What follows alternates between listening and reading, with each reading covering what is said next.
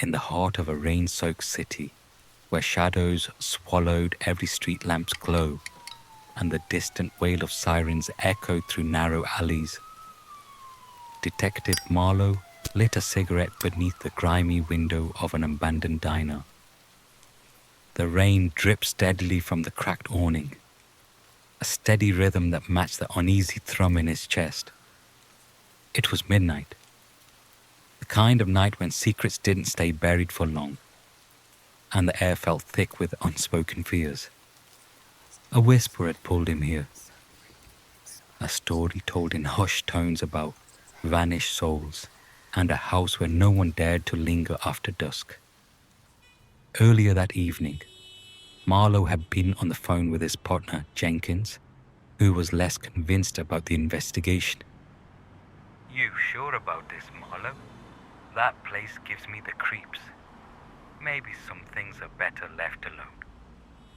"I don't believe in ghosts, Jenkins," Marlowe had replied, his voice low and steady.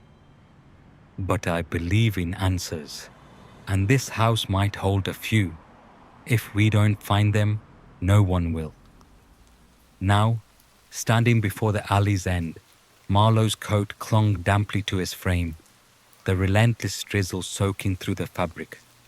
The city's neon signs flickered like dying fireflies, casting fractured light onto the cracked pavement.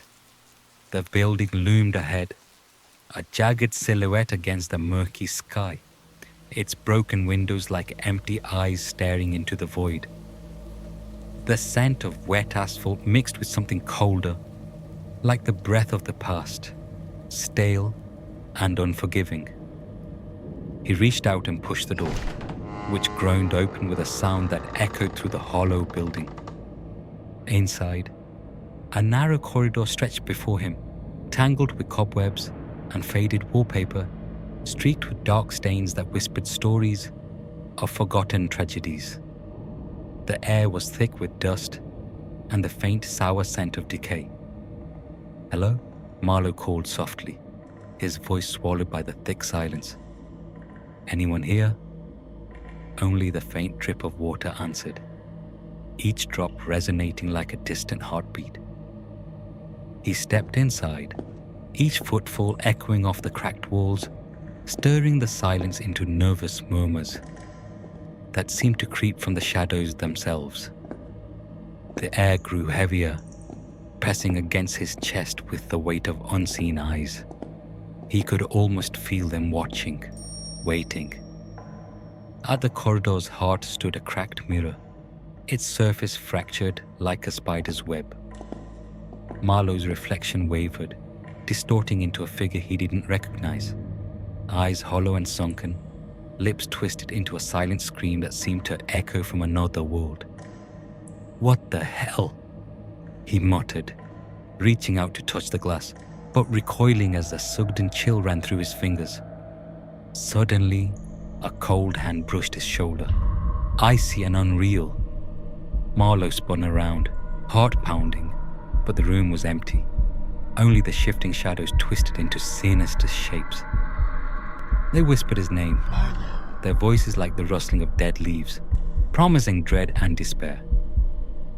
"Marlowe," the voice was barely audible yet unmistakable. "Why have you come?" He swallowed hard, forcing his voice to remain steady. "I'm here for the truth. Who are you? What happened here?" The shadows seemed to pulse, the room growing colder. "We are the forgotten," the voice whispered, a chorus of sorrow and anger. "Trapped between worlds, waiting for release, forgotten by the living, cursed to linger." "How do I help you?" Marlowe asked, his fingers tightening around the flashlight. "Break the mirror," the voice urged. "Shatter the veil that binds us." Summoning every ounce of courage, Marlowe raised his flashlight and smashed the mirror. The glass shattered with a deafening crack, sending shards scattering across the floor. The room shuddered, as if exhaling a long-held breath, and the voices ceased abruptly, leaving a oppressive silence that felt almost sacred. The weight lifted from his shoulders, replaced by a strange calm that seeped into his bones. He stepped outside just as dawn stretched its pale fingers over the city skyline, painting the wet streets with soft hues of gold and pink.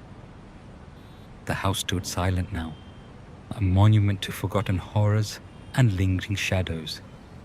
"Jenkins," Marlowe whispered into his phone, voice hoarse but steady.